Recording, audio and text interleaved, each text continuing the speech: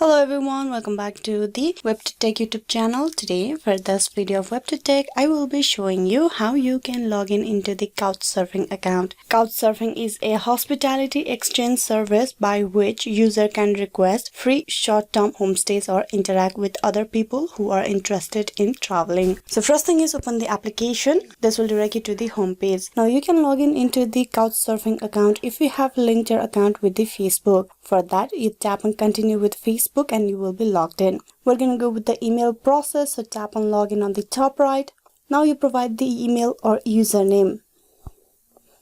Once your email or username is provided, you tap on password and type in the password. Then tap on login. And just with that, your account will be logged in. This is a simple way how you can log in into the Couchsurfing account in mobile application. Hope this video was useful. Please like and subscribe the WebToTech YouTube channel. Thank you for watching till the very end.